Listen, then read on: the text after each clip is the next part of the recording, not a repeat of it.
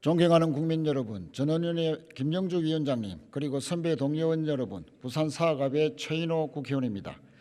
각 당은 현재 지금의 선거제도로 압승 전략을 짜고 있습니다. 그러나 지금 선거제도로 압승하는 정당이 나온다고 한들 민생 정치가 실현되고 대화와 타협의 정치가 실현되리라고 저는 보지 않습니다. 죄송한 질문부터 드립니다. 먼저 저희 민주당 의원들께 드립니다. 이유 막론하고 저희 민주당이 180석의 여당이 되어서도 정치개혁과 민생에서 얼마나 많은 성과를 낳았다고 자부할 수 있습니까? 국민의힘 의원들께도 여쭙습니다. 내년 총선에서 압승한다고 해서 정치개혁과 민생에서 큰 성과를 낳을 것이라고 자신하십니까? 다수 의석의 힘으로 밀어붙인다고 야당의 저항을 이기고 국민이 바라는 정치를 이루어내겠습니까?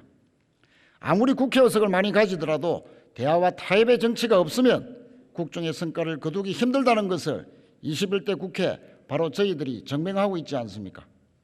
많은 의원님들이 지적했듯이 대화와 타협의 정치, 국민 통합, 다양성의 정치를 가로막는 지금의 선거제도 반드시 바꿔야 됩니다.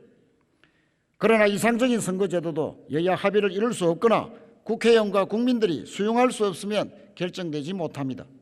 그래서 저는 국민 수용성에 주목해서 300석 의원 정수와 소선거구제를 유지하면서 지역구와 비례대표 비율 3대1, 225석 대 75석으로 하는 권역별 비례대표제를 발의했습니다. 지역구 의석을 약 10% 정도만 줄여서 국회의원들의 수용성도 감안했습니다.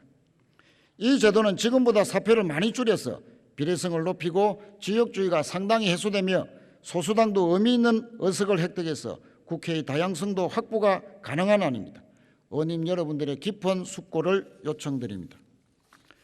또 저는 7대 특별시, 광역시에만 중대선거구제를 채택하는 것도 진지하게 검토해 볼 만하다고 판단합니다. 다만 3인 내외의 중선거제 방식은 거대 양당의 나눠먹기로 다양성을 확보하기 전혀 힘들기 때문에 어제 이양수 의원께서 제안하신 4인에서 6인까지 또는 그 이상의 대선거구제로 검토해야 될 것이라고 생각합니다. 앞서 말씀드린 이 선거제도들은 민주당은 서울에서 의석을 다수 잃습니다. 그러나 영남에서는 늘어나서 지역주의 해소와 전국 정당화를 이룰 수 있습니다. 국민의힘은 영남에서 의석을 잃는 대신에 서울과 호남에서 의석을 확보해서 국민의힘 또한 전국 정당을 이룰 수 있습니다. 소수당도 지금보다는 의석수를 많이 늘릴 수가 있어서 국회의 다양성을 확보하는 데도 도움이 될 것입니다.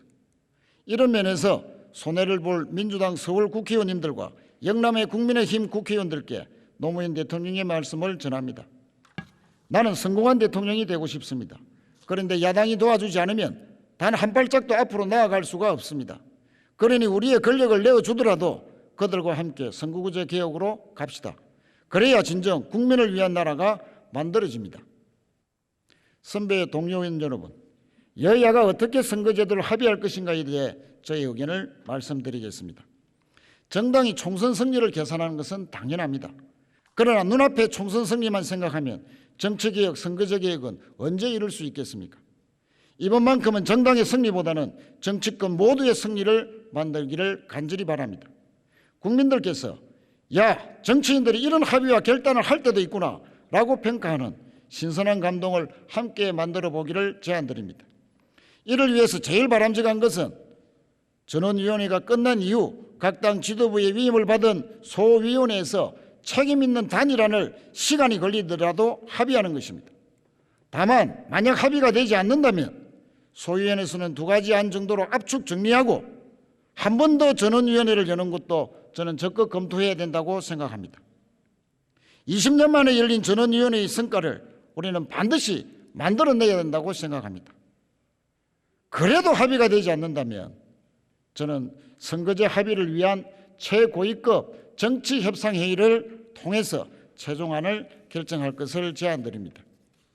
총선을 1년 앞둔 현재 각 정당의 상황은 지금의 선거제도로 압승하겠다는 각 당 지도부의 의지가 지배하는 것이 현실입니다. 선거제도를 개혁하자는 전원위원회의 이 건설적인 에너지와 내년 총선을 준비해야 되는 정당이 처한 현실 사이에서의 괴리를 극복해야만이 선거제도를 바꿀 수 있습니다. 그래서 저는 국회의장이 주선하고 대통령 정당 대표가 한자리에 모여서 선거법 개정에 대해 합의를 준비하는 것도 가장 확실한 선거제도 개정의 방법이 될 것이기 때문에 고려해야 된다고 생각합니다. 물론 여야의 대치가 오래되었고 심각하지만 정치개혁의 대의에 한자리에 모인다면 얼마든지 저는 합의를 할 수 있다고 확신합니다. 윤석열 정부 출범 이후 대통령과 다수당인 제1야당의 대표가 단 한 번도 만나지 못한 이 극한 대립의 상황을 정치개혁, 선거구제 개혁에 대한 합의로 여야 협치의 극적인 모멘텀을 만든다면 국민들께서는 정말 큰 박수를 보내주실 것이라 확신합니다.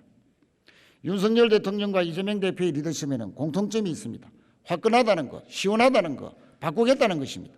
화끈하게 만나서 시원하게 합의하고 정치를 확 바꾸는 정치개혁의 새로운 역사를 만드는 주인공으로 우리가 만들어 봅시다. 국회의장님, 이재명, 김기현 당대표가 나서고 대통령이 결단하고 뜻 있는 각 당 중진 의원님들이 거들고 최고위급 또 초재선 의원들이 적극적으로 도와서 선거제도의 개혁을 위한 최고위급 정치협상회의를 준비했으면 좋겠습니다. 이것을 성사시키기 위한 지혜들을 지금부터 모아보기를 제안드립니다. 존경하는 선배 동료원 여러분, 저는 최선을 전원위원회의 합의라고 아까 말씀드렸습니다. 20년 만에 열린 이 전원회의 꼭 모든 국회의원들이 동의할 수 있는 날을 만들기를 바라며 또 만약 거기 힘들다면 최고위급 정치협상회의도 진지하게 검토하고 준비해야 된다는 말씀을 거듭드립니다. 반드시 이번에는 대화와 타협을 통한 선거제 개혁으로 국민들로부터 박수받는 정치 이번에는 꼭 이뤄내기를 소망합니다. 경청해 주셔서 감사드립니다.